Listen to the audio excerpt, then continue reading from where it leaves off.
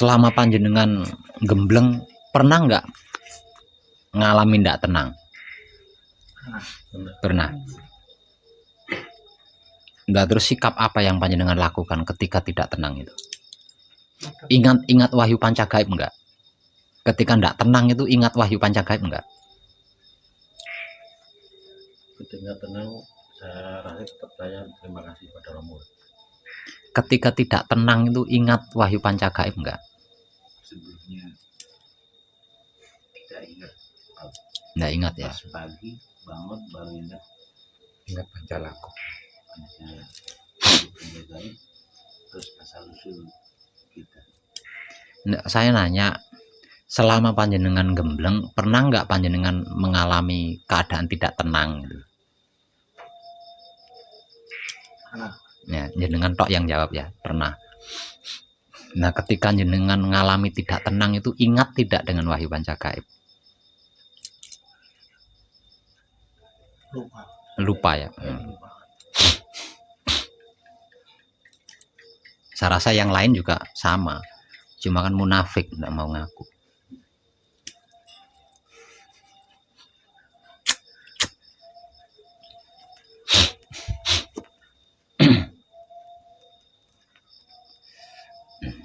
Sebenarnya ini penting, makanya dalam sikon apapun jangan pernah gitu, jangan pernah lupa dengan jati diri sejati kita. Itu jangan pernah lupa kan ya. Salah satunya kan ketika kita mengalami ketidaktenangan itu tadi. Nah, kalau kita ndak lupa jati diri kan berarti ndak lupa pancagaib kan. Nah, karena ndak lupa dengan wahyu pancagaib, ketika mengalami ketidaktenangan bisa palungguh kan. Bukankah palungguh itu untuk menenangkan? Kenapa ketika kita tidak tenang kok tidak ingat palungguh? Berarti kan lupa diri itu. Kira-kira gitu enggak? Iya. Padahal kan sudah sering dijelaskan kan. Sebelum melakukan patrap kunci dan selanjutnya itu lakukan terlebih dahulu palungguh sampai tenang. Nah, dengan penjelasan itu kan harusnya kesimpulannya kan ketemu. Oh, berarti palungguh itu untuk ketenangan, untuk menenangkan diri kan gitu harusnya.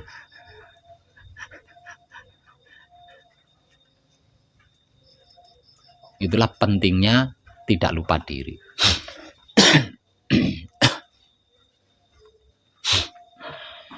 Motivasi dari saya, terus tingkatkan kesadaran diri panjenengan agar supaya panjenengan tidak pernah lupa dengan jati diri pribadi sejatinya panjenengan sendiri. Karena hanya dengan selalu ingat jati diri pribadi sejatinya kita itu bisa membawa diri, bisa menyesuaikan diri, bisa menempatkan diri, dan bisa menjaga diri. Kita tidak akan pernah bisa membawa diri, tidak akan pernah bisa menempatkan diri, tidak akan pernah bisa menyesuaikan diri, apalagi kok menjaga diri.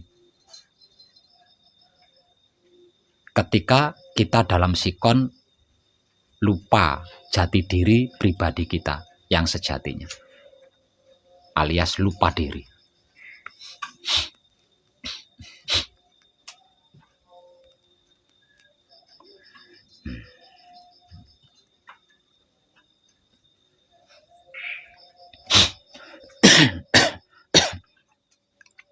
Dan kadangan kita malam ini lebih dalam tentang putra kekudangannya Romo.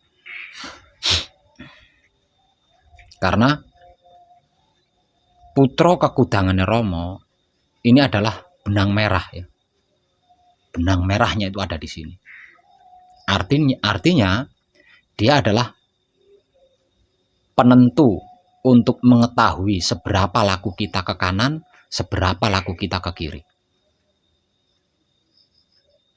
Dia merupakan barometer seberapa laku kita ke pancagaib, seberapa laku kita ke pancalaku, seberapa kesadaran kita kepada diri pribadi. Timbangannya, barometernya atau benang merahnya itu ada di putra kekudangane Rama.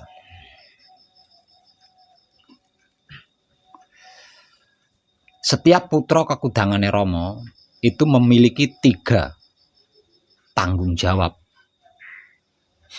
yang harus diselesaikan. Karena apa? Karena setiap putra kekudangane Rama itu dicipta untuk itu, gitu. Dirancang untuk itu, didesain untuk itu, dan dilakukan untuk itu. Jika tidak, maka tidak termasuk atau tidak tersebut sebagai putra kekudangane Rama.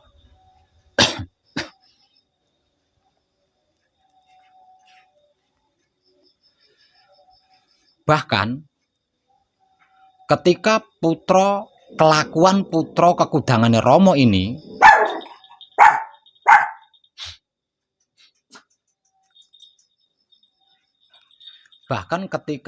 kelakuan putra kekudangane Rama ini tidak dilakukan, maka wahyu pancagaib tidak berfungsi. Wahyu pancalaku juga tidak berfungsi. Dan kesadaran diri tidak ada gunanya.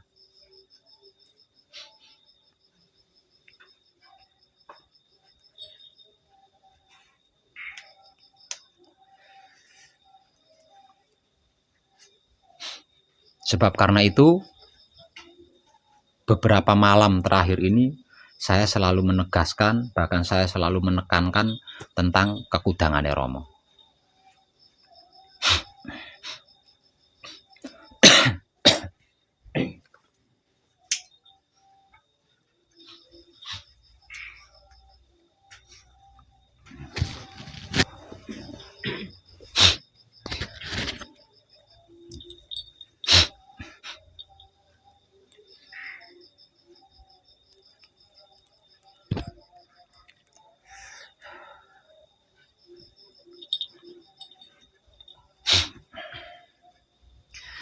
Lalu, apakah putra kekudangane Rama tersebut?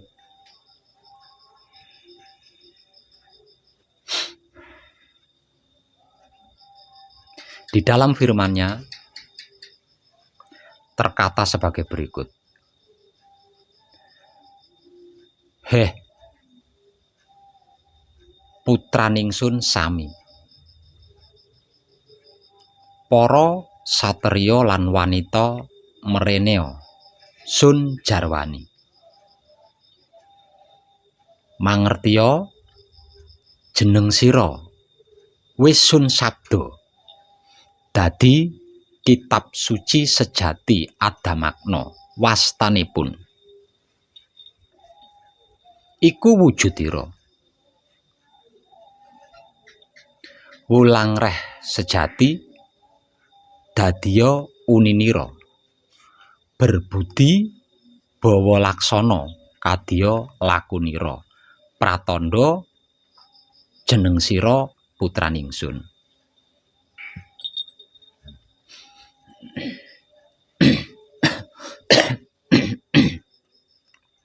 Kalau harus diterjemahkan dalam bahasa NKRI seperti ini.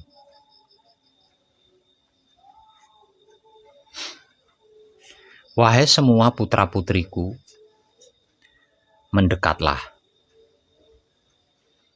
Ketahuilah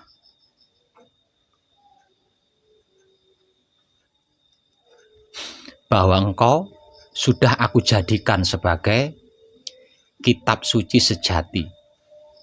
Ada makna sebutannya. Itu wujudmu. Wulang reh sejati, jadilah kata-katamu. Berbudi bawa laksana, jadilah kelakuanmu. Sebagai tanda jika engkau adalah putraku.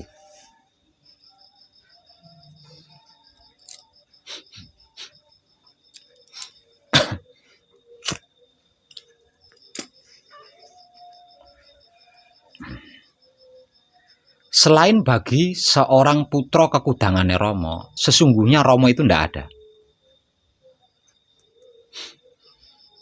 Romo menjadi ada ketika ada putra kekudangane Romo. Begitu juga sebaliknya. Sesungguhnya tanpa Romo, putra kekudangane Romo itu tidak ada. Jadi dari sini kita bisa menyimpulkan bahwa yang menciptakan Romo itu adalah putra kekudangannya Romo.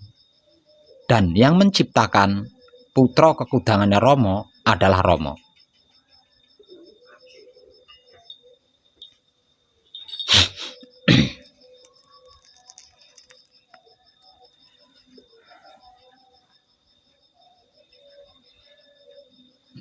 Lalu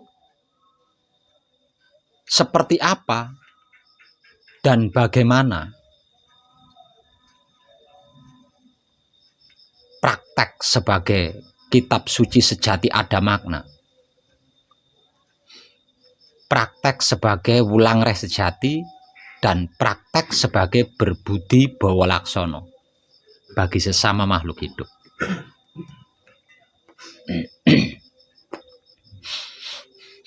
Secara garis besar, saya sudah sering menginformasikan tentang ini. Terkait ini sudah saya informasikan.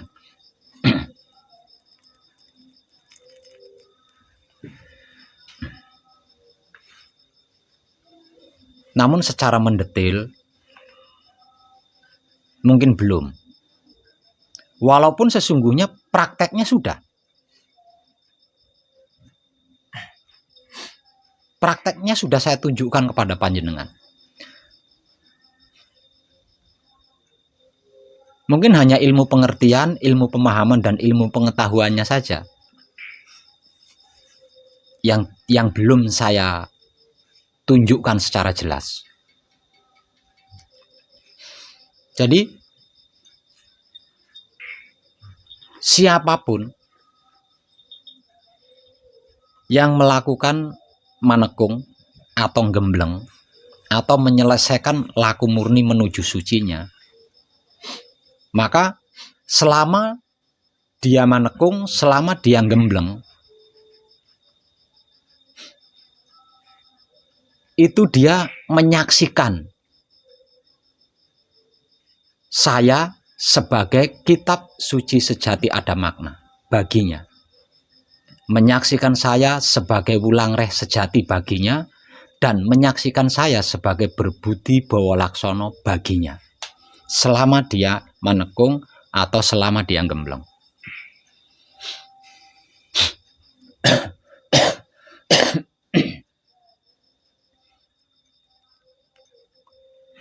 Sebelum sikon saya seperti ini, dulu ketika saya menjadi kitab suci sejati ada makna, itu saya seperti sumur yang mendatangi timba.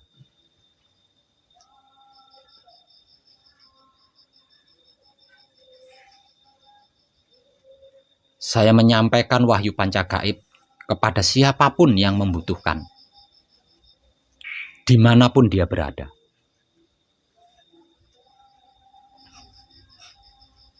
Nah, setelah sikon saya berubah seperti ini, maka siapapun yang datang ke sini, maka saya beri kabar, saya beritahu, saya beri penguraian atau penjelasan terkait tentang apa dan bagaimana itu wahyu pancagaib, tentang apa dan bagaimana itu wahyu pancalaku, tentang apa dan bagaimana jati diri sejatinya manusia hidup.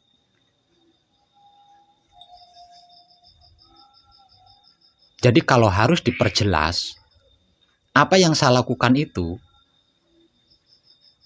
saya sedang sebagai kitab suci sejati ada makna bagi seseorang, untuk seseorang yang belum tahu dan bertanya karena ingin tahu.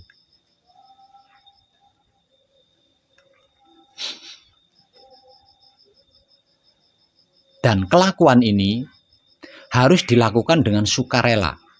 Kalau dalam istilah Jawanya legowo. Dalam bahasa awamnya disebut sukarela.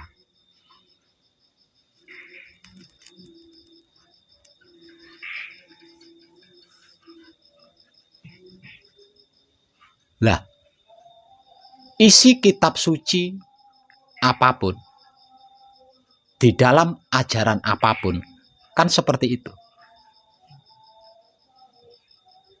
Isinya kitab suci, kelakuannya kitab suci adalah menyampaikan atau menjelaskan atau mengabarkan tentang Tuhan, alam semesta, dan isinya dengan apa adanya sesuai yang tersurat di dalam kitab tersebut.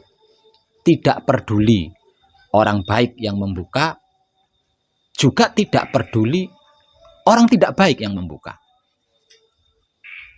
Ketika dibuka oleh orang baik, kitab suci tersebut tetap menceritakan seperti itu. Tetap mengabarkan seperti itu, tetap menyampaikan seperti itu. Ketika kitab suci itu dibuka oleh orang tidak baik, juga tetap sama seperti itu.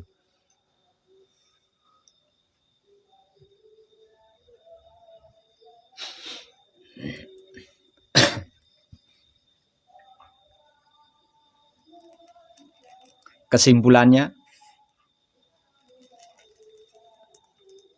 kelakuan sebagai kitab suci sejati ada makna.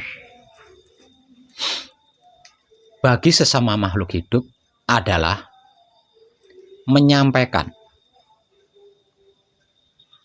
atau menjelaskan atau mengabarkan tentang Tuhan, alam semesta seisinya, kepada siapapun yang belum tahu dan bertanya karena ingin tahu, tanpa politik, model, dan jenis apapun, dengan legowo atau dengan sukarela.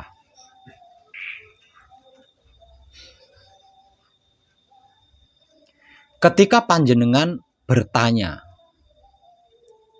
tentang asal-usul raga panjenengan, dan ketika saya menjelaskan tentang asal-usul bahan raga panjenengan, berarti pada saat itu saya sedang sebagai kitab suci sejati ada makna bagi panjenengan yang sedang bertanya.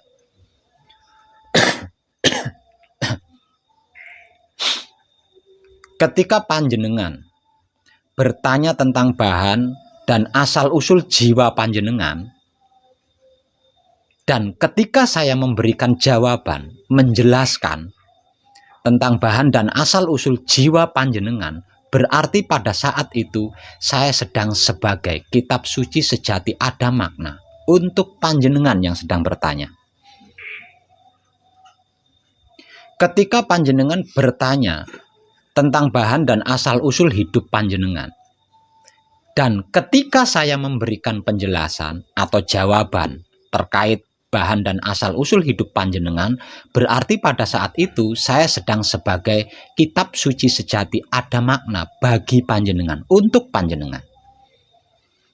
Ketika panjenengan bertanya apa dan bagaimana itu wahyu panca gaib dan wahyu panca laku, dan ketika saya memberikan penjelasan tentang apa dan bagaimana itu wahyu panca gaib dan wahyu panca laku, berarti pada saat itu saya sedang sebagai kitab suci sejati ada makna bagi panjenengan, untuk panjenengan.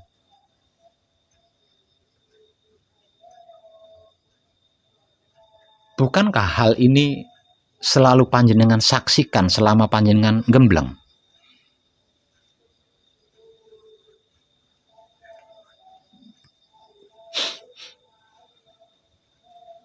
Artinya,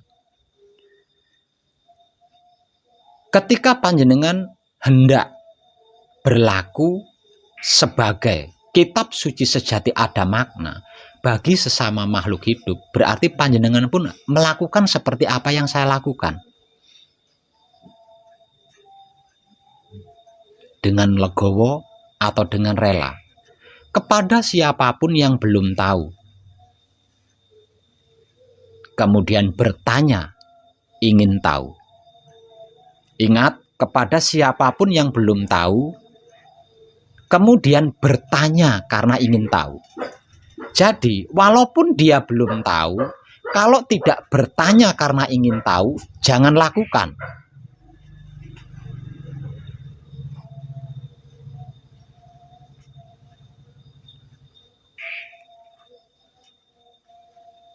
Itu adalah kelakuan sebagai kitab suci sejati, ada makna bagi sesama makhluk hidup.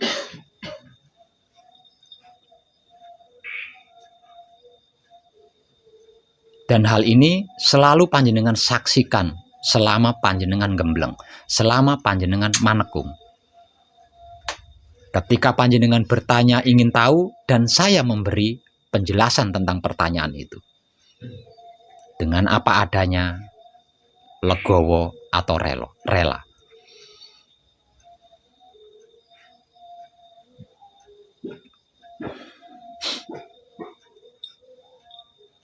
Selanjutnya tentang Wulangres sejati yang disabdakan sebagai kata-kata kita atau ucapan kita atau bahasa kita atau kalimat kita.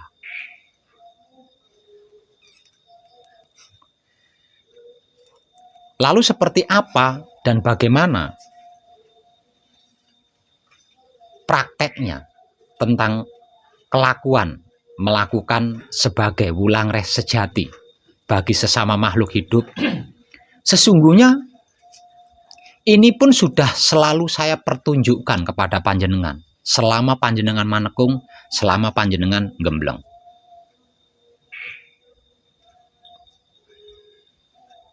Bukankah hampir setiap malam saya duduk di sini di hadapan panjenengan ngoceh tentang Wahyu Pancagaib, ngoceh tentang Wahyu Pancalaku, ngoceh tentang Putra, ngoceh tentang Romo, ngoceh tentang Tuhan. Ketika saya duduk di sini di hadapan panjenengan ngoceh-ngoceh, ngomel-ngomel seperti ini, berarti saya sedang sebagai Wulangres sejati bagi panjenengan.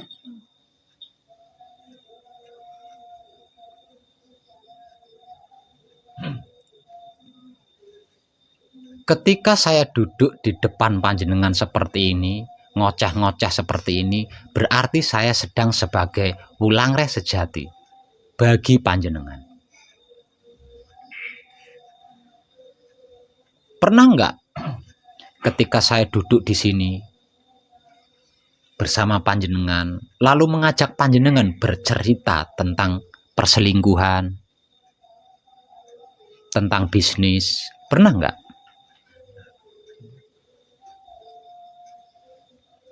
Kenapa kok tidak seperti itu? Karena saya sedang sebagai Wulangres sejati bagi panjenengan. Itulah arti maksud dan praktek sebagai Wulangres sejati bagi sesama makhluk hidup.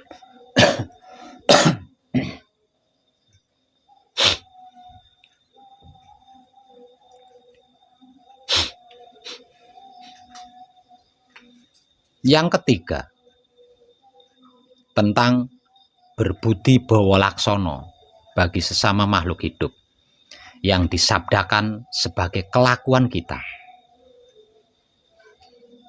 Ini pun sesungguhnya selama panjenengan gembleng, selama panjenengan manekung, dari awal pertama kali panjenengan datang sampai nanti panjenengan selesai, itu sudah saya persaksikan tentang berbudi bawalaksono.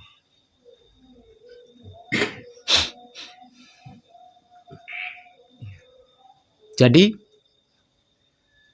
panjenengan saya perlakukan seperti apapun selama panjenengan manekung, selama panjenengan gembleng. Itulah saya ketika sebagai berbudi bawalaksono bagi panjenengan semua. Merajakan panjenengan untuk yang laki-laki, meratukan panjenengan untuk yang wanita. Mempermudah pelajaran-pelajaran bagi panjenengan, tidak peduli latar belakang panjenengan apa dan bagaimanapun. Artinya, kekudangannya Romo ini selalu saya tunjukkan kepada panjenengan. Selama panjenengan manekung selama panjenengan gembleng. Dari pertama kali panjenengan datang sampai nanti setelah panjenengan selesai.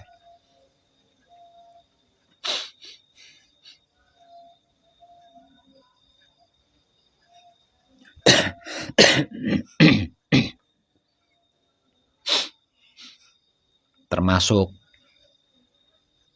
kelakuan saya ketika saya berbaur dengan panjenengan.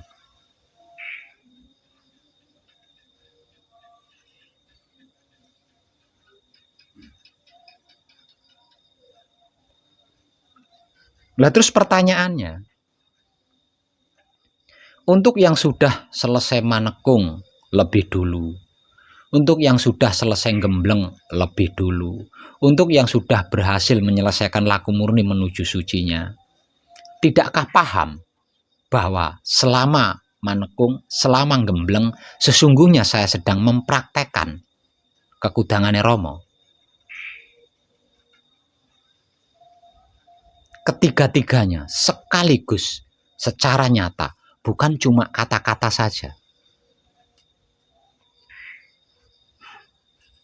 Bahkan ketika saya duduk di sini merokok, minum, ngemil, makan, bukankah itu saya sedang menunjukkan kelakuan sebagai putra kekudangannya Romo?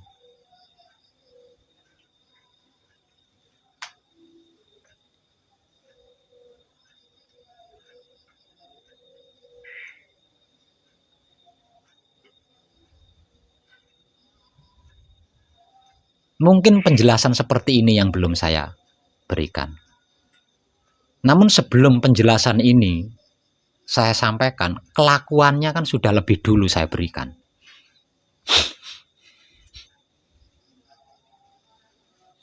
Kelakuannya kan sudah lebih dulu saya berikan.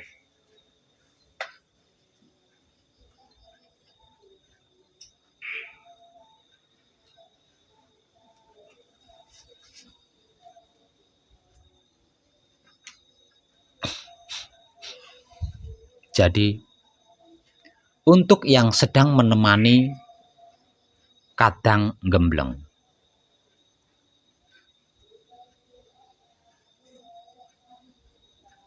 jangan remehkan gerak-gerik raga dan tubuhmu. Karena sesungguhnya selama panjenengan menemani para kadang yang sedang manekung atau gembleng, panjenengan sedang praktek sebagai putra kekudangannya Romo. Sementara panjenengan yang sedang manekung atau sedang gembleng, jangan ragukan diri panjenengan sendiri. Karena apapun yang terjadi selama panjenengan manekung, selama panjenengan gembleng, panjenengan sedang belajar praktek, mempraktekkan kekudangannya Romo dari para kadang yang sedang menemani panjenengan.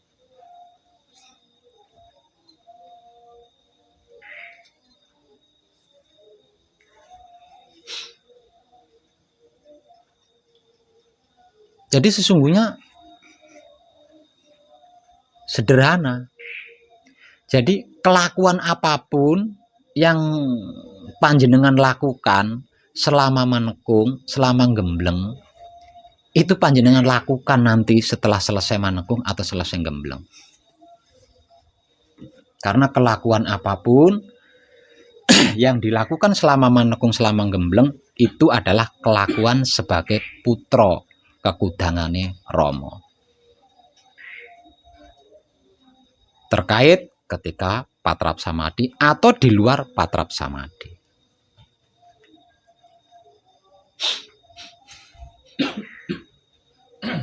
Nah, kalau melakukan seperti yang sudah saya uraikan tadi, lah itu berarti putra kekudangannya Romo. Nah, dengan adanya putra kekudangannya Romo, sehingganya Romo menjadi ada. Nah, karena adanya putra kekudangannya Romo dan Romo, maka manunggal jati itu terlalu gampang. Manunggal jati akan menjadi sulit jika salah satunya belum ada. Yang ada Romo. Putra kekudangane Rama belum ada, ndak bisa. Putra kekudangane Rama ada, Ramanya belum ada, juga tidak bisa. Apa yang mau dimanunggalkan? Lawang salah satunya nggak ada, salah satunya belum ada. Ketika dua-duanya menjadi ada, maka manunggal jati menjadi sederhana, menjadi gampang. Jadi putra kekudangane Rama itu bukan status ya. Putra kekudangane Rama adalah kelakuan. Kalau dalam istilah paguyubannya, putra kekudangane Rama adalah kelakuan, penghayat kapribaden. Namun karena di sini bukan organisasi, maka putra kekudangane Rama adalah kelakuan spiritual hakikat hidup. Jadi bukan status, bukan stempel, tapi kelakuan atau perbuatan yang dilakukan.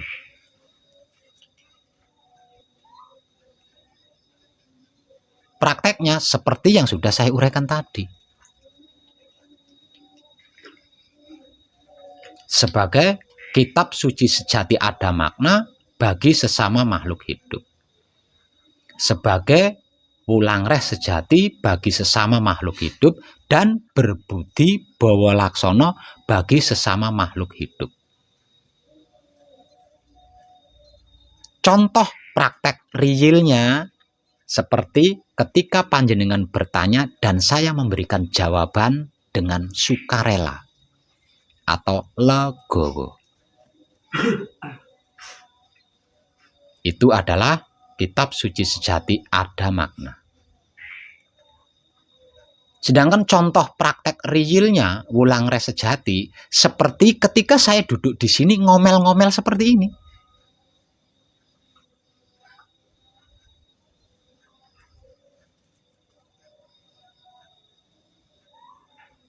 Sedangkan contoh sebagai berbudi bawa laksono bagi sesama makhluk hidup, contoh praktek realnya seperti selama panjenengan gembleng, seperti selama panjenengan manekung, saya perlakukan.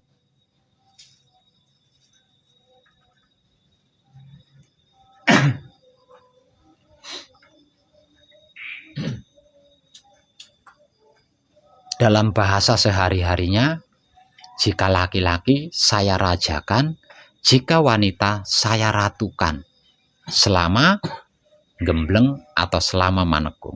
Itu adalah praktek real tentang berbudi bawa laksono bagi sesama makhluk hidup.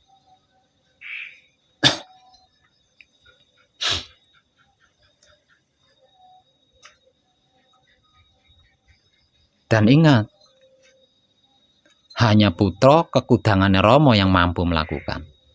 Hanya putra kekudangane Rama yang bisa melakukan. Dan panjenengan sedang belajar praktek sebagai putra kekudangane Rama.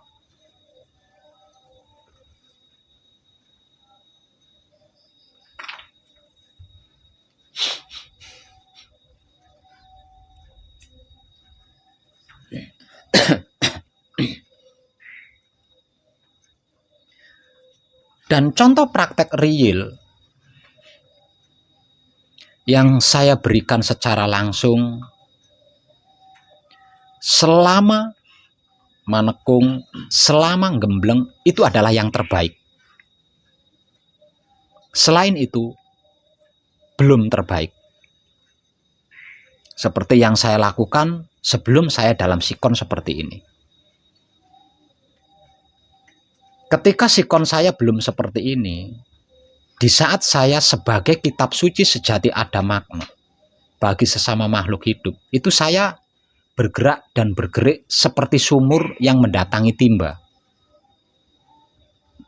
Panjenengan paham maksudnya sumur mendatangi timba? Dan itu bersiko banget. Makanya saya tidak ajarkan panjenengan. Makanya tidak saya tunjukkan kepada panjenengan. Karena itu bersiko.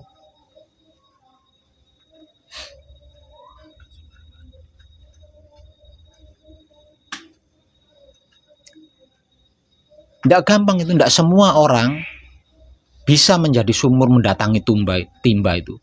Tidak semua orang itu rela jadi sumur mendatangi timba itu, tidak semua orang. Sudah seperti itu resikonya nggak enak lagi. Makanya tidak saya tunjukkan pada panjenengan. Yang saya tunjukkan setiap harinya selama panjenengan gembleng adalah yang tidak berisiko.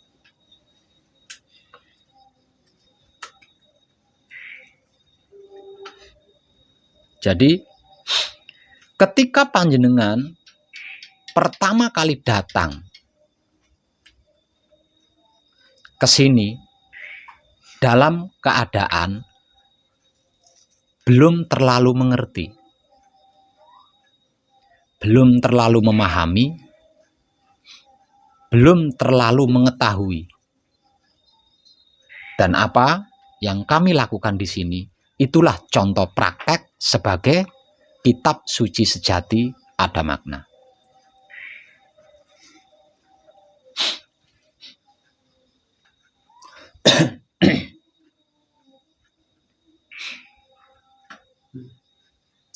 Dan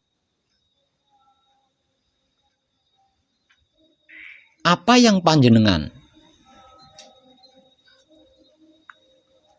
dengarkan, apa yang panjenengan simak, apa yang panjenengan ketahui selama panjenengan gembleng tentang kami di sini, itulah contoh praktek sebagai wulangreh sejati.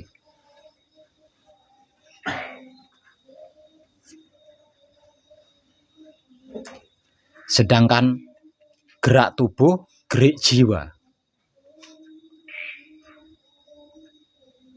yang sama-sama kita kaji dan kita praktekkan selama gembleng, itulah sebagai contoh praktek berbudi bawa laksono.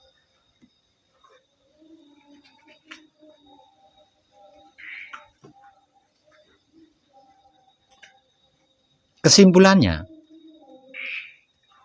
ternyata arti, makna, maksud daripada putra kekudangane Romo kan tidak sesulit yang kita pikirkan, toh. Lawang cuma begitu. Memberikan jawaban dengan legowo, memberikan penjelasan dengan legowo atau sukarela kepada siapapun yang belum tahu Tuhan, belum tahu tentang alam semesta seisinya. Ketika bertanya,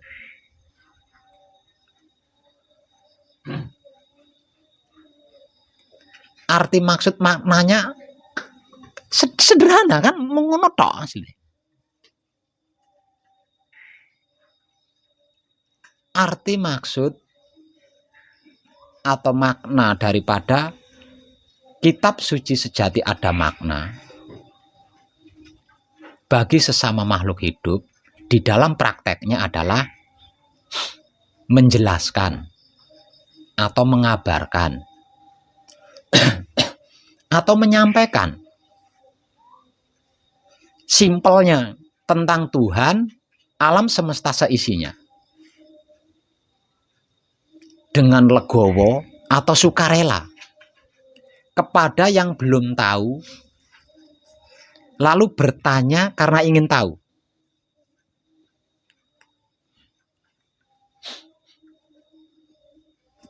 Sederhana kan? Arti maksudnya gitu loh. Sederhana kan?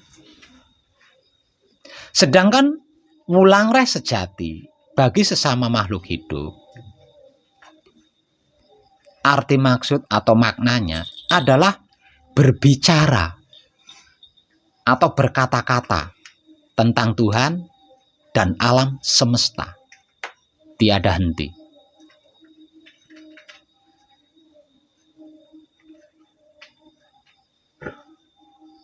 Sedangkan berbudi bawa laksono adalah kelakuan yang memperlakukan makhluk lain, terutama orang lain, sebagai manusia. Atau dalam istilah lain, memanusiakan manusia. Nah, sederhana toh arti maksudnya.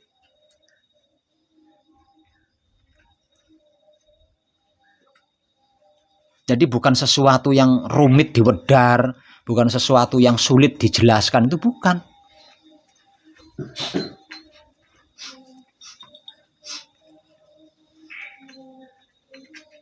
Nah, wujud kita itu didesain untuk itu. Jadi wujud kita itu didesain oleh Romo, dirancang oleh Romo, diciptakan oleh Romo sebagai penyampai tentang dia dengan sukarela atau legowo kepada siapapun apapun yang belum tahu dan bertanya ingin tahu.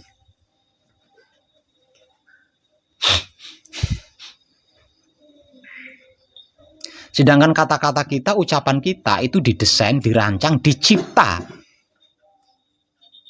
untuk menceritakan tentang dia tok. Untuk menceritakan tentang Romo tok. Tentang alam semesta seisinya tok. Bukan yang lain.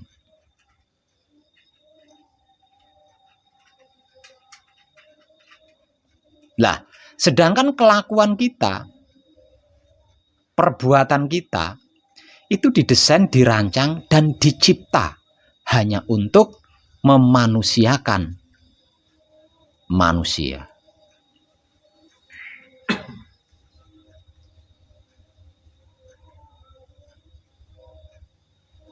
Tidak seperti itu berarti belum putra kekudangane Romo. Bahkan bukan putra kekudangane Romo. Masih calon. Yang namanya calon nggak nyaman, Rek. Harus nunggu antrian kan, harus mengikuti prosedur-prosedur pendaftaran, ya enggak? Itu aja belum tentu dipanggil itu. Walaupun berkasnya sudah masuk, itu belum tentu dipanggil, belum tentu dapat panggilan itu. Namanya juga calon. Calon sukses ya calon gagal.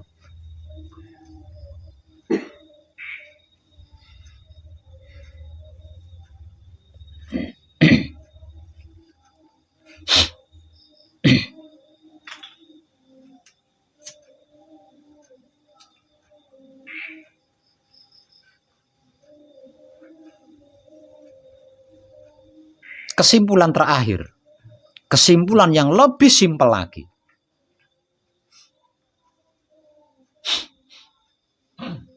Apapun kelakuan saya dari awal panjenengan datang di sini sampai nanti panjenengan pulang meninggalkan tempat ini, itu adalah contoh praktek dari saya tentang kekudangane Romo. Makanya ketika saya duduk di sini, saya sering menyinggung. Ketika saya duduk, perhatikan tingkah pola saya, perhatikan. Itu pelajaran buat panjenengan.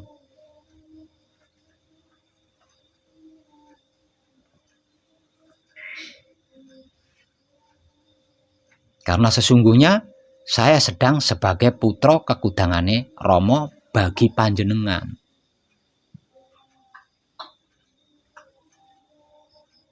Kalau saja tidak sarung, mungkin mandi juga saya lakukan di depan panjenengan.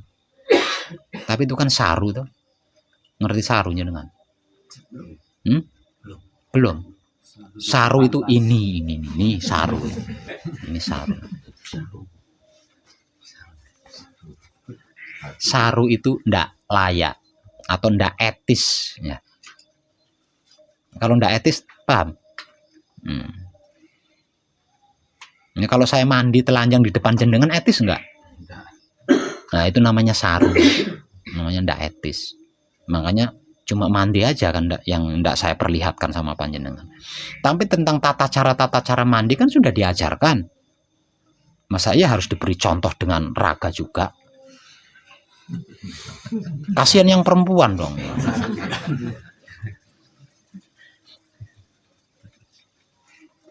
Ya.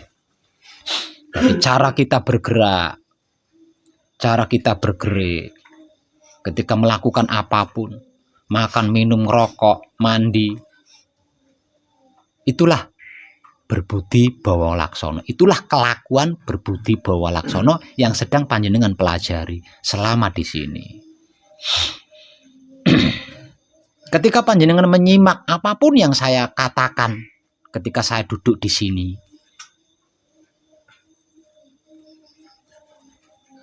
itu adalah pulang res sejati yang sedang panjenengan pelajari. Jadi jangan cuma disimak. Oh, berarti nanti ketika saya praktek sebagai pulang res sejati, berarti yang keluar dari mulut saya itu setidak-tidaknya itu sama dengan apa yang keluar dari mulutnya Pak Web. Gitu.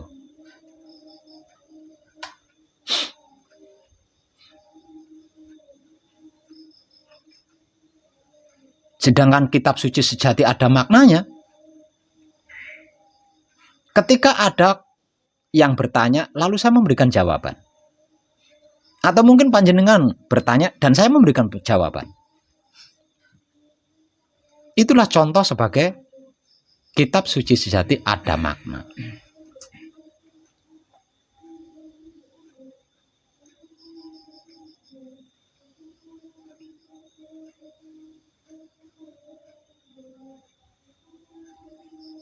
Bisa paham gak?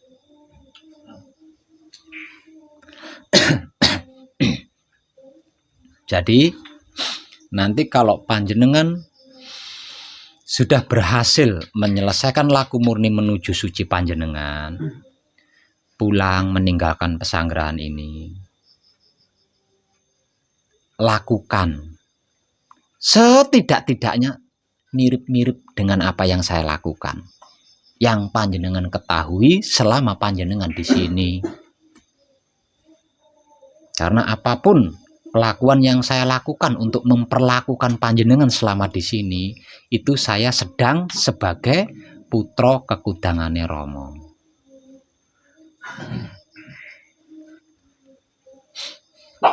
Setidak-tidaknya itu minimal.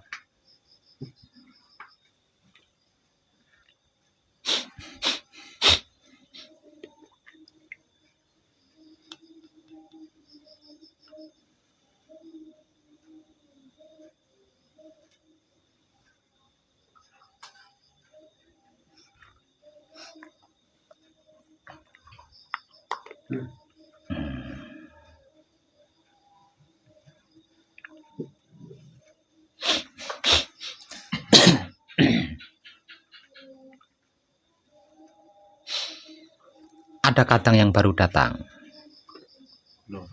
Oh, jenengan. Siapa lagi? Panjenengan. Panjenengan dari mana? Adiknya Pak Toyo. Adiknya Pak Toyo. Gundi. Geyer. Geyer itu kan apa resep dokter paling murah itu kan? Geyer ya. Oh, Bayer itu ya. Bayer itu Bayer. Cuma 2 orang. Jenengan juga. Iya. Dari mana jenengan? Dari Bali. Oh, yang dari Bali itu ya. Sama jenengan ya yang dari Bali itu. Ini suara tak takon ya, men. Ada lagi cuma 2. Oh, jenengan dari mana? Jepara. Dari Jepara. Keren. Jepara. 3 nggih. 5 sama yang dari Bali ya.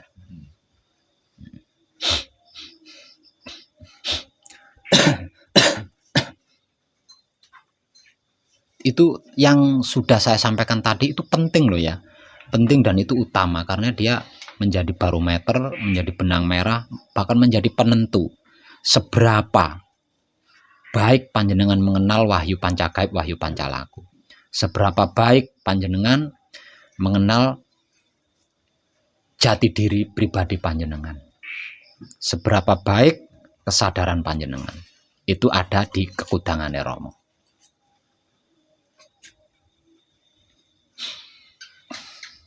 kita tidak berada di situ, kita tidak melakukan di situ, wahyu panca gaib itu hanya sebatas doa.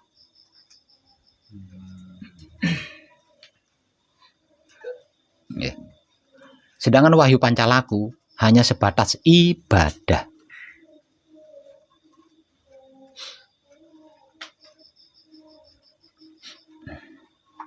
Kesadaran tidak lebih dari ilmu. Kesadaran tidak lebih dari sekedar ilmu. Yang konon katanya itu hanya akan diakumulasi nanti di akhirat.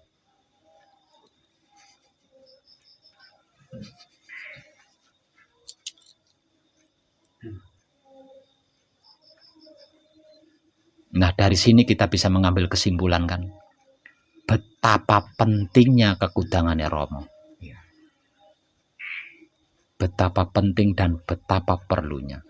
Suka tidak suka, harus suka. Mau tidak mau, harus mau. Bisa tidak bisa, harus bisa. Karena apa? Karena kita sudah terlanjur hafal bacaan kunci, bacaan palungguh, bacaan paweling. Jadi udah nggak bisa kompromi. Awal mulanya ketika masih dalam laku murni menuju suci, masih bisa dikompromi. Masih bisa. Maksudnya ada kalanya sebagai putra kekudangannya Romo, ada kalanya sebagai orang awam, enggak apa-apa. Asalkan mau menghadapi konsekuensinya. Benar. Kompeksinya. Oh iya benar. Oh iya iya begitu itu tadi. Tidak sebagai putra kekudangannya Romo enggak apa-apa, sebagai putra kekudangannya Romo ya enggak apa-apa. Ketika kita masih dalam tahapan laku murni menuju suci. Karena apa? Karena sebagai putra kekudangannya Romo ya diproses, tidak sebagai putra kekudangannya Romo ya tetap diproses. Namanya juga laku murni menuju suci, yang seluruh prosesnya harus murni, seluruh prosesnya harus bersih. Dan bisanya bersih, bisanya murni itu dikarenakan adanya proses itu tadi. Jadi tidak ngefek melakukan praktek sebagai putra kekudangannya Romo ya tidak ngefek, tidak melakukan ya tidak ngefek. Tapi kalau laku murni menuju sucinya sudah selesai, sudah sampai di suci, yang artinya dalam laku suci menuju abadi tidak bisa, harus suka tidak suka harus suka, bisa tidak bisa harus bisa, mau tidak mau harus mau, karena tidak ada jalan lain selain menjadi kekudangannya Romo. Tidak menjadi kekudangannya Romo tandanya apa? Pratondo jeneng siro putra ningsun, tidak sebagai kekudangannya Romo tandanya apa? Wahyu panca gaib bukan tanda itu. Wahyu panca gaib itu, wahyu panca gaib itu ruh bukan tanda.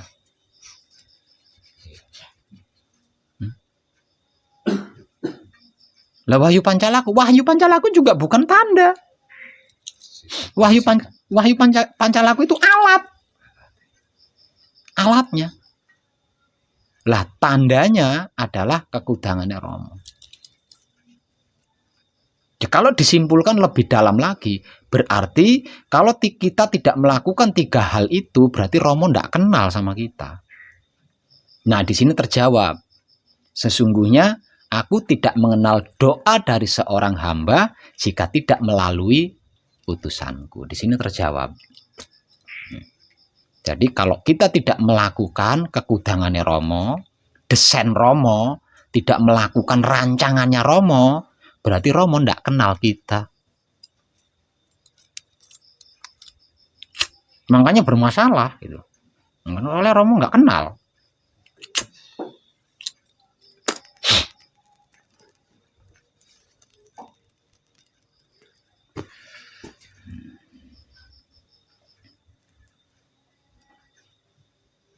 Dan ketika seorang putra melakukan kelakuan kekudangane Rama, maka sejak itu gerakannya akan menjadi gerakan Rama. Gerakan raganya akan menjadi gerakan Rama. Gerikan jiwanya akan menjadi gerikan Rama. Nah, kalau yang bergerak Rama, yang bergerik Rama, kesulitan model apapun, wah, lewat.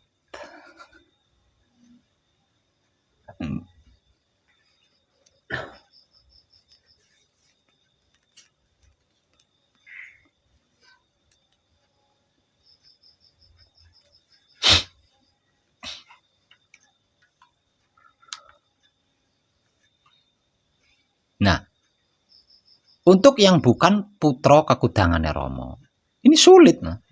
Karena apa? Karena untuk yang bukan kekudangane Rama berarti kan tidak didesain untuk itu. Tidak dirancang untuk itu. Kesulitan.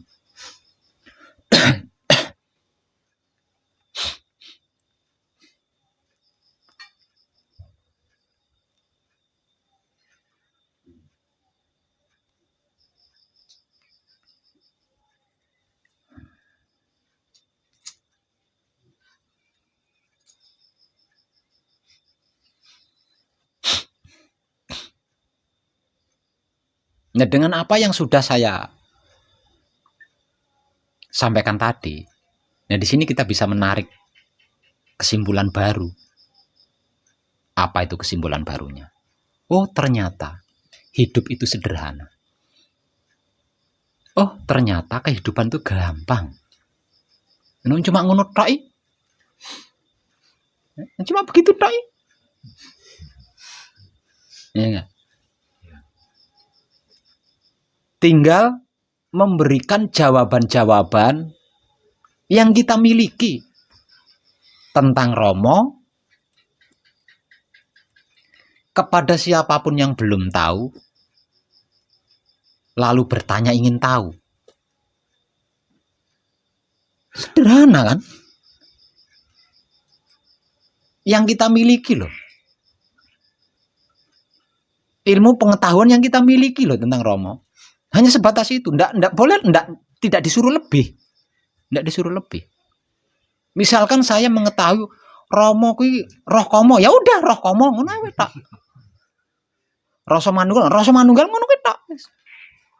Lah taunya itu kok.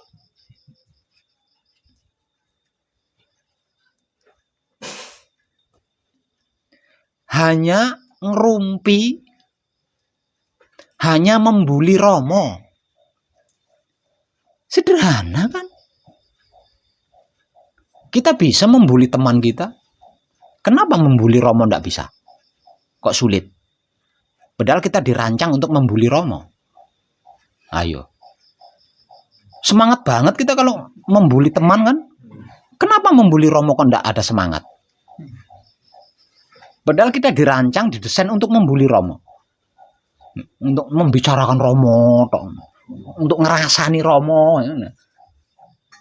Ngerasani tonggo semangat banget. Ngerasani Rama kok ora semangat. Iya. Sederhana tuh ngono tok ya. Sorosan Mas. Lah ngono tok ya.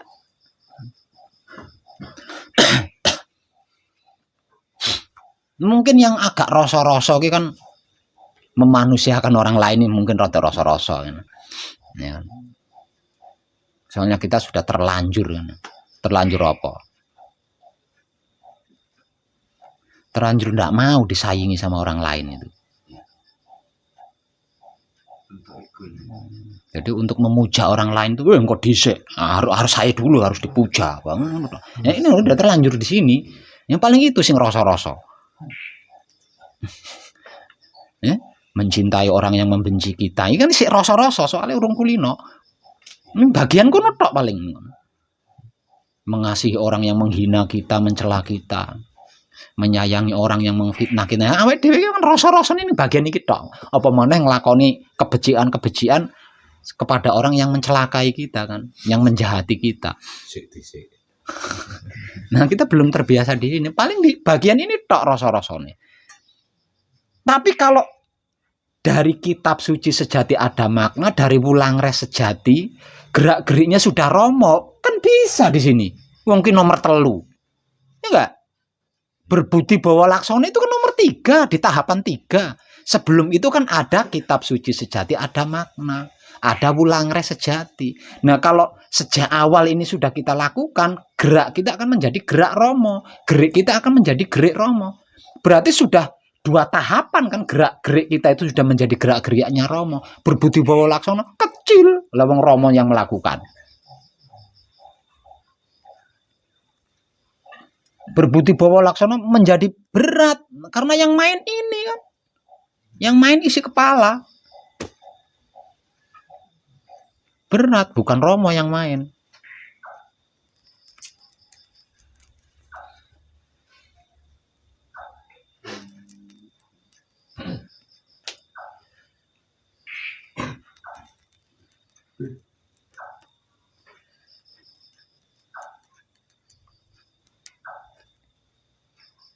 Selain itu, saat ini adalah era kedaulatan romo. Jadi, kalau kita tidak sendiko dawuh sama romo, kalau kita tidak sebagai kekudangannya romo, wah, hancur. Hancur. Karena ini kedaulatan romo, ini era kedaulatan romo, ini abad di mana romo itu jumeneng. Di mana romo itu berkuasa penuh, tidak setengah-setengah. Tidak seperti abad-abad yang lalu. Romo isi seperempat, setengah. Saya ini full. Jadi tidak bisa diganggu gugat. Makanya saya istilahkan mau tidak mau harus mau. Suka tidak suka harus suka. Bisa tidak bisa harus bisa. Kalau mau selamat, kalau mau sempurna, kalau mau langgeng. Kecuali kalau ndak mau selamat, ndak mau sempurna, ndak mau langgeng, ya monggo.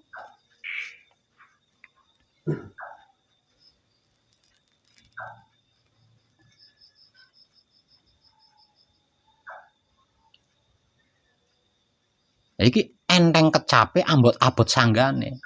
Mudah untuk diucapkan, tapi rumit untuk dilakukan. Makanya perlu latihan selama panjenengan gembleng gitu loh. Kalau tidak dilatih, gampang untuk diucapkan, gampang.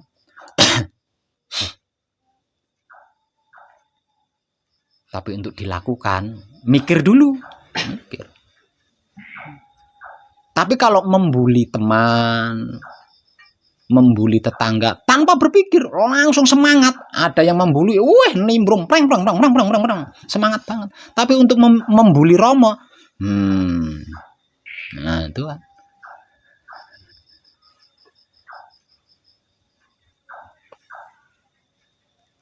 Padahal kita didesain, dirancang untuk membuli romo. Dirancang, didesain untuk membicarakan romo. Kalau dalam istilah Jawanya, untuk ngerasani romo.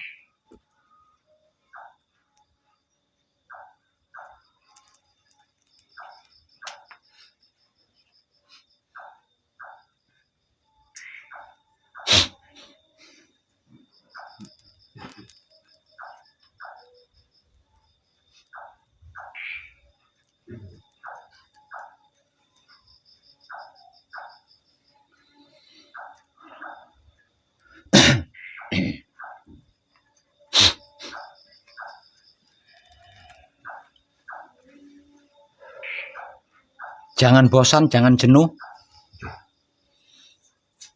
Mulai dari beberapa malam kemarin hingga sampai pada titik akhirnya, saya akan selalu mengulas tentang kekudangannya romo. Berulang kali. Prakteknya sih sudah, tapi ilmu pengertian, ilmu pemahaman, ilmu pengetahuannya kan belum. Ternyata selama ini kekurangan saya di situ. Saya memberikan contoh praktek, tapi saya tidak menjelaskan bahwa contoh praktek itu sesungguhnya tentang ini. Itu yang belum saya jelaskan. Di situ kekurangan saya. Makanya banyak yang gagal paham.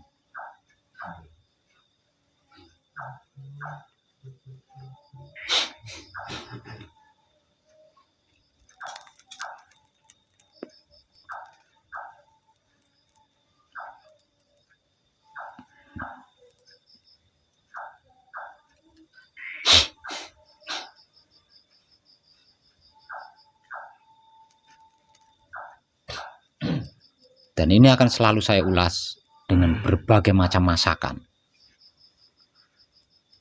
dengan berbagai macam sudut pandang, agar semakin mudah untuk dicerna. Karena dia berperan utama di dalam laku spiritual hakikat hidup. Dia berperan paling utama. Sebab yang ada tanda stempelnya itu di situ.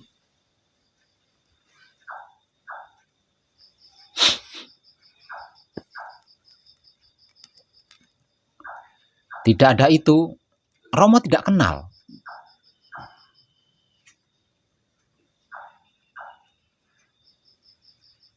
Tidak ada itu di dalam dirinya, Romo tidak kenal.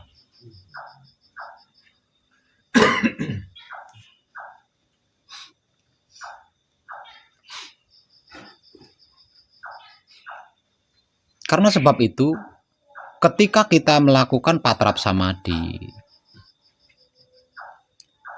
ketika kita berkeluarga, bermasyarakat, seperti yang saya motivasikan selama ini, kita banyak tolah-tolehnya. Tolah-toleh. Karena Romonya tidak kenal. Siapa kamu? Akhirnya tolah-toleh, celinguran caranya.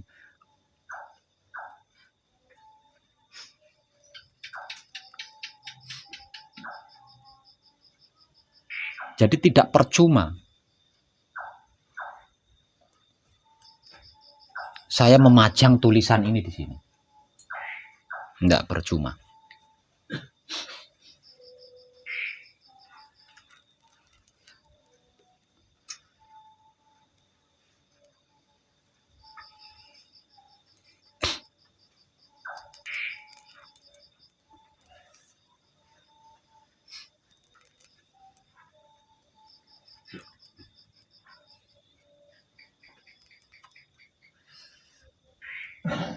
Lebih tingkatkan lagi pengkajiannya, lebih berhati-hati lagi di dalam prakteknya, nggih.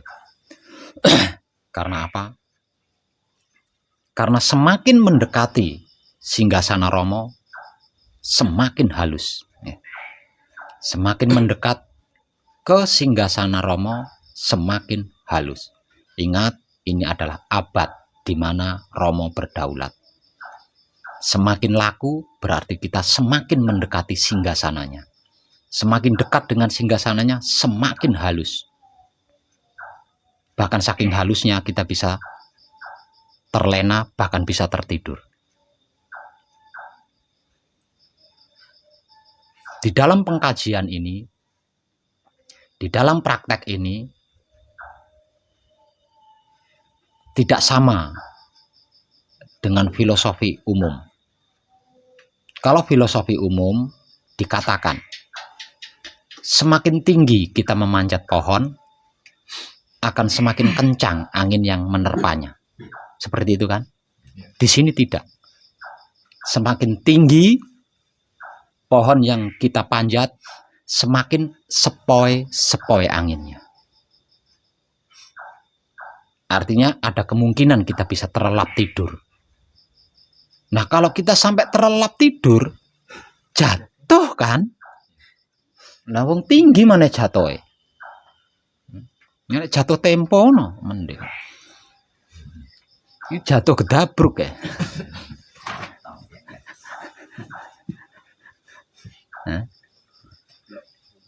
Semakin tinggi pohon yang kita panjat, semakin sepoi-sepoi anginnya. Semakin semilir anginnya. Yang bisa memungkinkan kita terlena, bahkan tertidur di situ.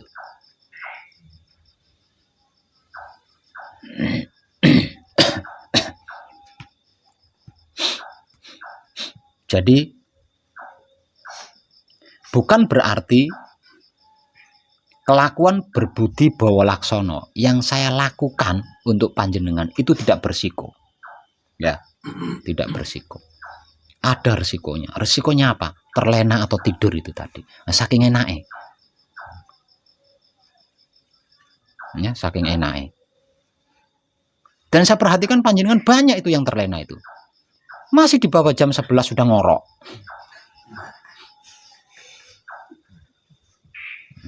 Ada yang ngorok di tempat patrap. di tempat duduk patrap ya selonjor pelan-pelan kan, sudah nggak semedi tuh, semende pelan-pelan ngorok akhirnya. Itu terlena kan di situ saking asiknya.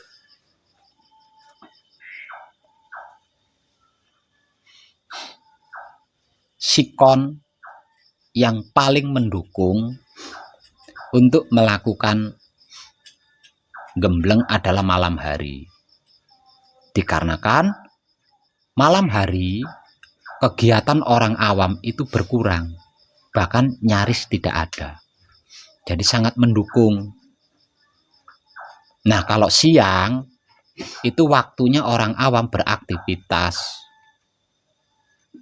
Jadi ketika malam hari manfaatkan semaksimal mungkin waktunya. Gampang nanti malamnya dendam tidur. Buat dendam. Enggak apa-apa wis dendam tidur. Siangnya dendam tidur. Bloksek. Nah, kalau siangnya kenyang tidurnya, malamnya kemungkinan ngantuk kan tipis.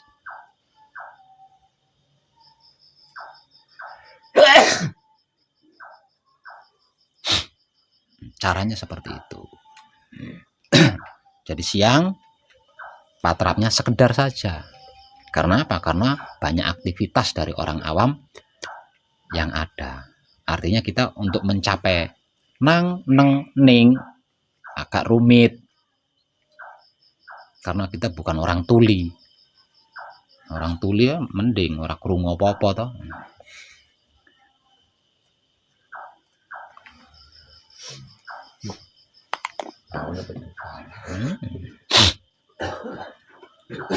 Kenapa? Karena kita sedang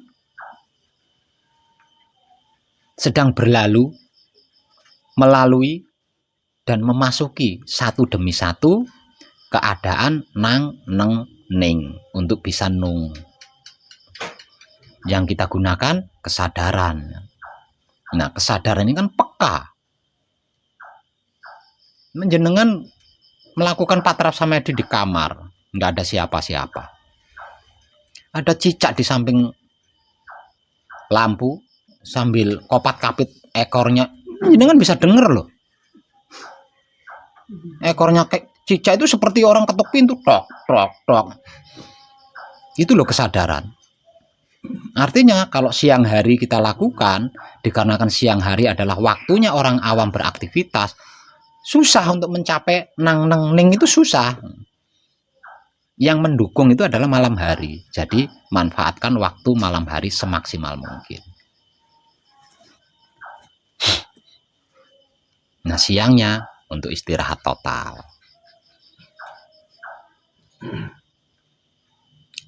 Patrapnya sekedar. Nah, kalau malam jangan sekedar, kalau malam harus maksimal karena sikonnya mendukung kalau malam. Sekali lagi saya ingatkan, jangan pernah lupa tentang asal usul dan bahan raga panjenengan. Jangan pernah lupa tentang bahan dan asal usul jiwa panjenengan. Dan jangan pernah lupa tentang bahan dan asal usul hidup panjenengan. Karena ketiganya itu adalah jati diri sejatinya panjenengan. Dan wahyu pancagaib, wahyu pancalaku adalah tentang itu. Jadi jangan sampai lupa dalam sikon apapun. Lupa tentang itu berarti lupa diri. Karena lupa diri sudah pasti tidak tahu diri. Karena tidak tahu diri, ya tidak kenal diri. Itulah yang disebut tidak kenal diri. Tidak tahu diri atau tidak kenal diri dijamin tidak akan bisa membawa diri. Tidak akan bisa menempatkan diri, tidak akan bisa menyesuaikan diri. Apalagi menjaga diri. Yang bisa membawa diri, yang bisa menempatkan diri, yang bisa menyesuaikan diri, yang bisa menjaga diri hanyalah orang-orang yang ingat diri atau tahu diri atau kenal diri atau tidak lupa dirinya itu siapa dan bagaimana.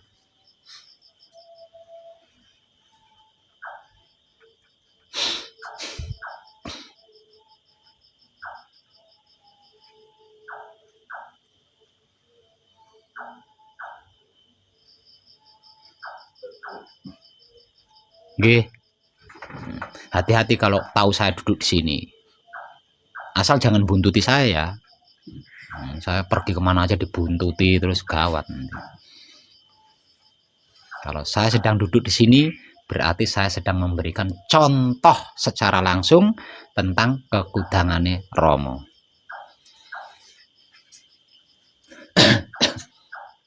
Bagian kedua, mengenai wulangreh sejati.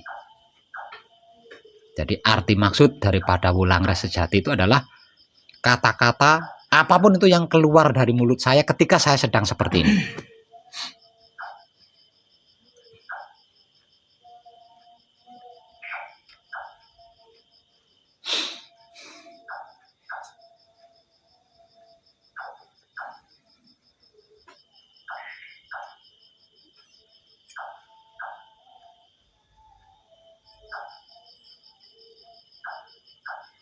Ini untuk Bapak Kasno.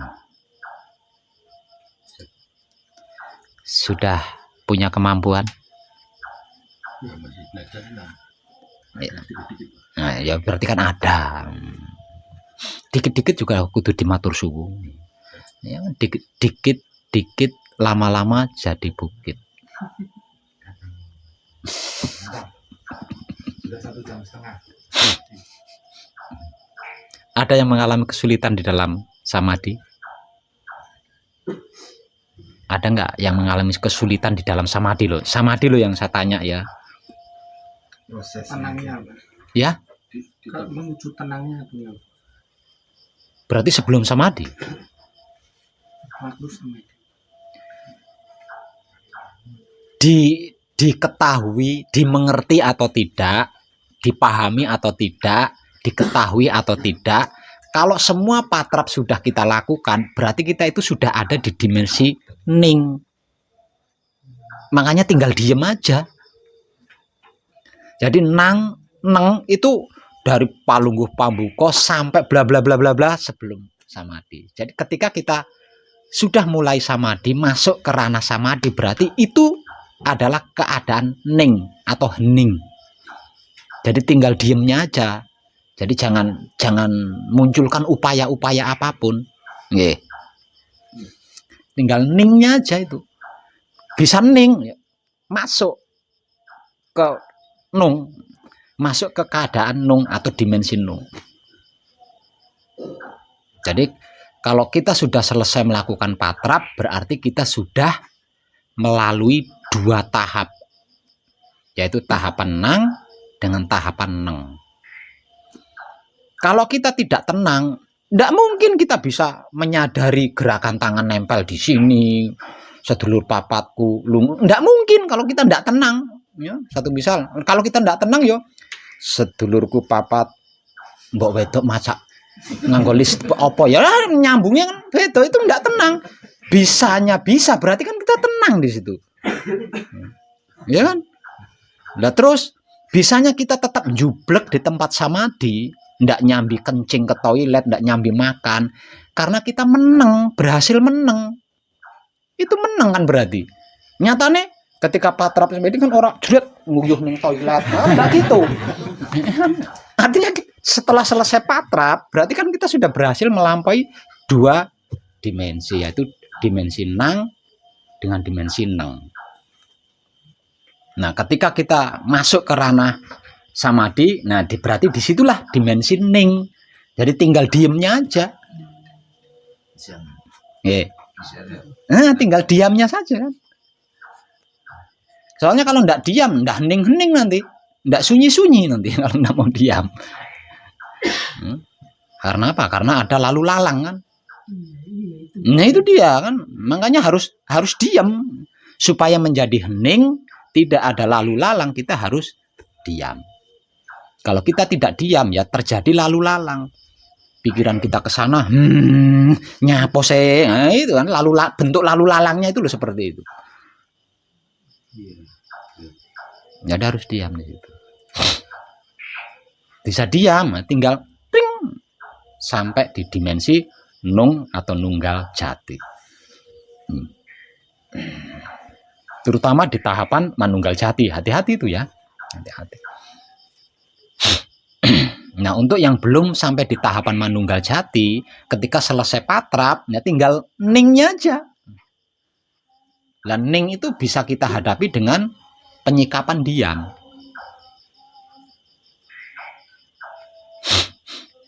Kesulitannya waktu rasa sakitnya di kaki itu sudah memuncak. Kesulitan sudah memuncak ya. Kayaknya pingin mengakhiri aja. Kenapa kok pingin mengakhiri? Sudah nggak tahan. Bisanya nggak tahan? Karena menyiksa kan? Ya? Bisanya nggak tahan karena menyiksa kan? Nggak enaknya. Nggak pengen sembuh? Ya pengen ya. Harusnya kan gimana? Haruskah saya jelaskan? Ya.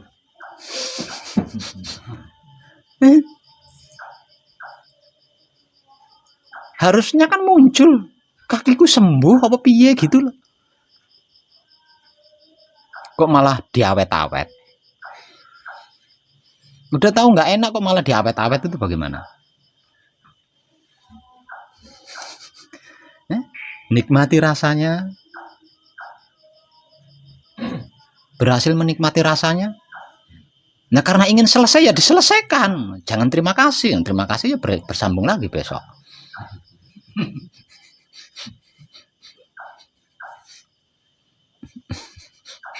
Maksudnya diselesaikan ya, rasa sakitnya apa samadinya diselesaikan?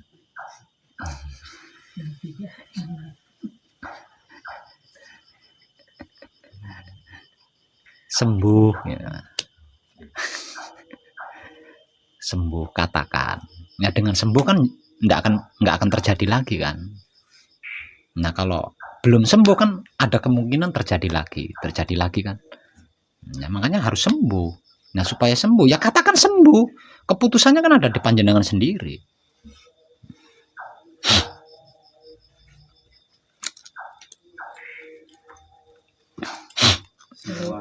Kesulitan di situ ya Pak ya.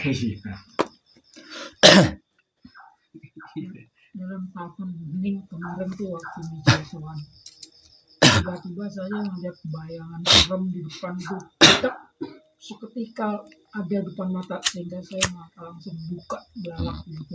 Khawatir dimplok. Ini seperti ditumbak jadinya Pak, mata kiri. Ya karena membuka mata spontanitas kan, dengan kelakuan apa ya, kejut kan gitu. Iya, terkejut. Yang kejut. Yang ngefek lah di raga ngefek. Udah saya jelaskan kan, jangan takut itu, jangan takut. Ini keadaan suci, ini dimensi suci. Ada super kaget. Sampai sepahalo.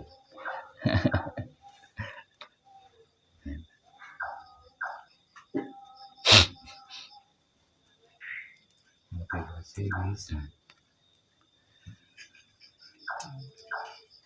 terjadi sendiri. Jadi ketika kita dalam ranah samadhi, jika sampai mengalami sesuatu dan kita benar-benar tidak kuat loh ya, benar-benar tidak kuat, gunakan wahyu pancalaku. Nah, gunakan wahyu pancalaku.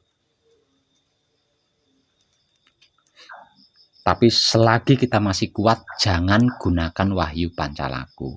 Karena apa? Karena kita butuh proses. Tapi kalau nyata-nyata benar tidak kuat, gunakan wahyu pancalaku. Nah, masih ingat semua kan apa itu wahyu pancalaku? Dan terakhir, wahyu pancalaku adalah menebar cinta kasih sayang Rama. Nikmati rasanya. Berhasil nikmati rasanya, selesaikan.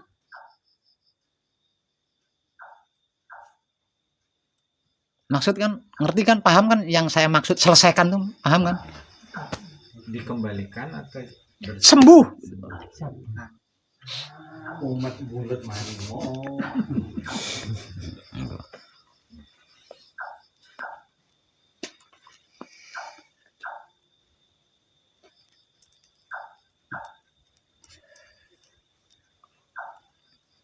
Dan ini biasanya terjadi di samadhi. Ya. Karena apa? Karena samadhi membutuhkan durasi waktu lama. Ya. Untuk bisa masuk ke dalam ranah nong dibutuhkan durasi lama semedi. Kalau semedinya cuma sepintas, bagaimana mungkin bisa berpindah dimensi? Dikarenakan kita belum terbiasa, pasti kita akan mengalami hambatan dengan raga loh ya. Bukan dengan otak atau pikiran, bukan dengan hati atau batin, bukan dengan kelamin atau syahwat, tapi dengan raga. Kita pasti bisa dipastikan kita akan mengalami hambatan raga. Karena apa? Karena samadhi membutuhkan durasi waktu panjang atau lama.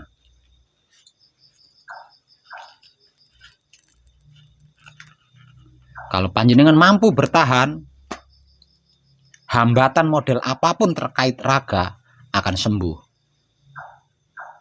akan teratasi di situ. Tapi kalau benar-benar panjenengan tidak mampu, gunakan wahyu pancalaku dan selesaikan dengan pancalaku kelima.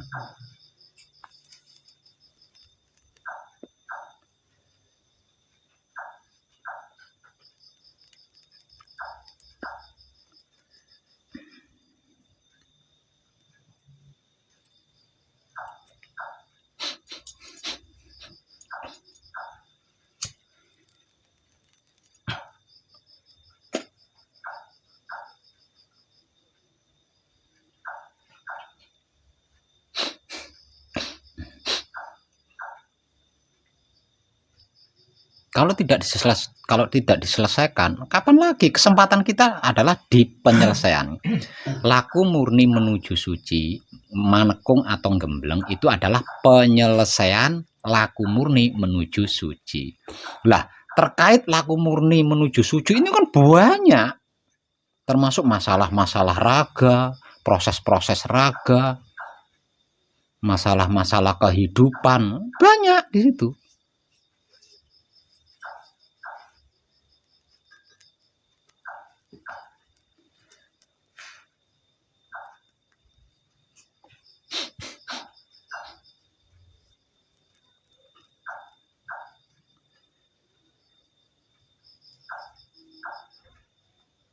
Ada yang punya ungkapan?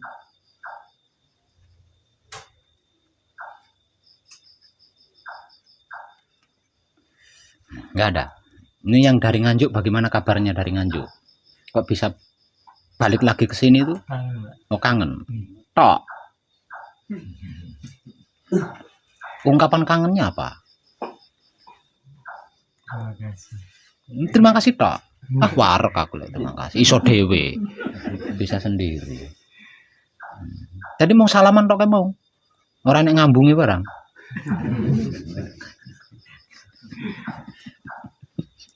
Bagaimana kabar keluarganya? Ya.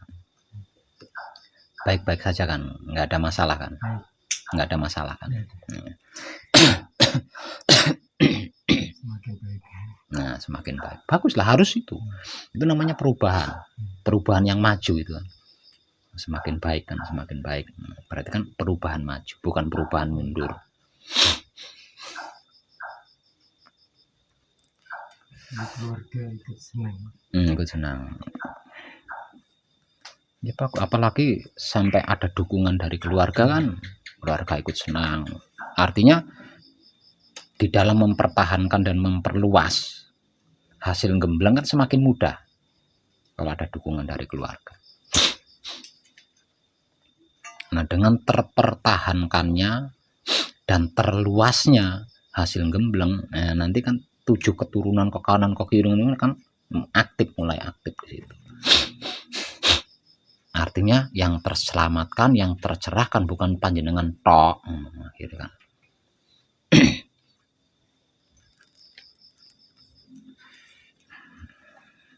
Video-video akhir saya setelah gembleng ada disimak. Selalu mengikuti. Ya, berarti ngerti dan paham tentang penyampaian saya atau informasi dari saya terkait kekudangan ya Romo ya.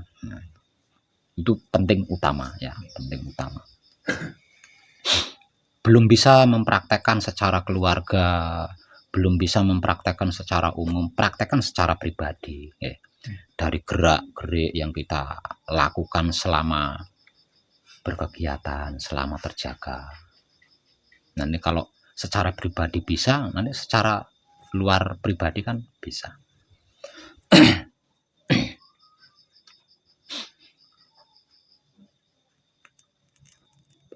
Soalnya itu termudah ya, termudah. Selain itu, termasuk cawe-cawe gitu. Selain itu, kita akan masuk ke ranah cawe-cawe. Ranah ikut campur urusan Tuhan. Ranah ikut campur kekuasaan Tuhan. Selain itu loh, selain kekudangannya Romo loh. Sementara kita belum menyaksikan hakikinya manunggal jati. Jadi cawe-cawe itu tidak nyaman. Terkecuali kalau kita sudah menyaksikan hakikinya manunggal jati. Tidak termasuk cawe-cawe lah, nggak ada bedanya dia dengan kita. Cawe-cawenya di mana? Tapi selama kita belum menyaksikan kehakikian daripada manunggal jatinya kita masih termasuk cawe-cawe. Bukan Romo yang mengadili, tapi diri kita sendiri. Contoh misal, ketika hati kita cawe-cawe, ketika hati kita ikut campur urusan Romo, otak kita akan mengadili. Ketika otak kita ikut campur urusan Romo, hati kita mengadili. Seperti itu. Sudah bukan Romo lagi yang mengadili, tapi diri kita sendiri.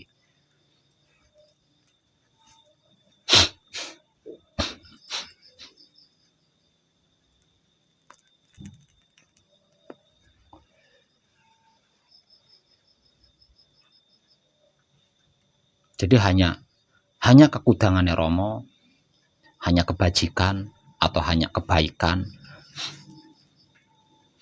yang tidak termasuk cawe-cawe, yang tidak bisa disentuh oleh ego, pamrih, arogan. Selain itu, termasuk cawe-cawe dan sangat mudah disentuh ego, pamrih, arogan.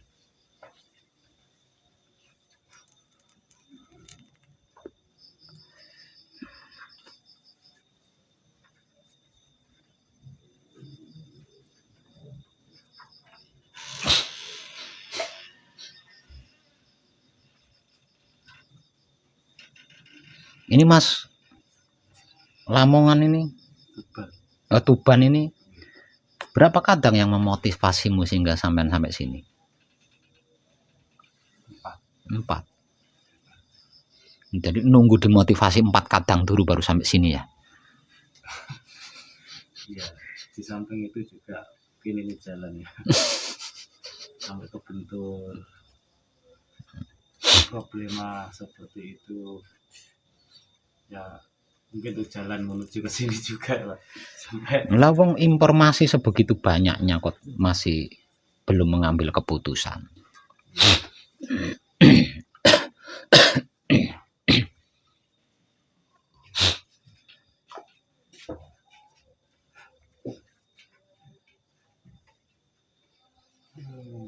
yang memperlambat tuh karena janji saya Pak sebenarnya. Ya salah sampean dewe janji-janji barang. Padahal saya tidak pernah nagih kan? Enggak, tapi saya tidak pernah mengutarakan sama siapa, tapi saya pribadi yang punya janji. Makanya setiap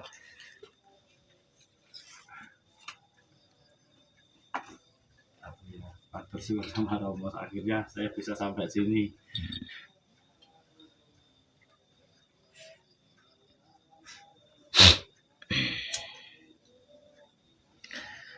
Kadangan kita malam ini saya cukupkan sampai di sini, nggih. Kita sambung besok malam atau besok siang, bergantung sikon lah ya. Soalnya saya habis 2 hari berkendaraan, istirahatnya karo kadangan. 2 hari perjalanan Tulungagung Juwangi, jadi rada capek. Tapi kalau saya menyaksikan semangat panjenengan, entek capekku itu, bisa hilang capek saya kalau ngelihat jenengan semangat. Capek yang nangen-nangen. Romo capek. Terima kasih dan tercerahkan kita semua nggih malam ini.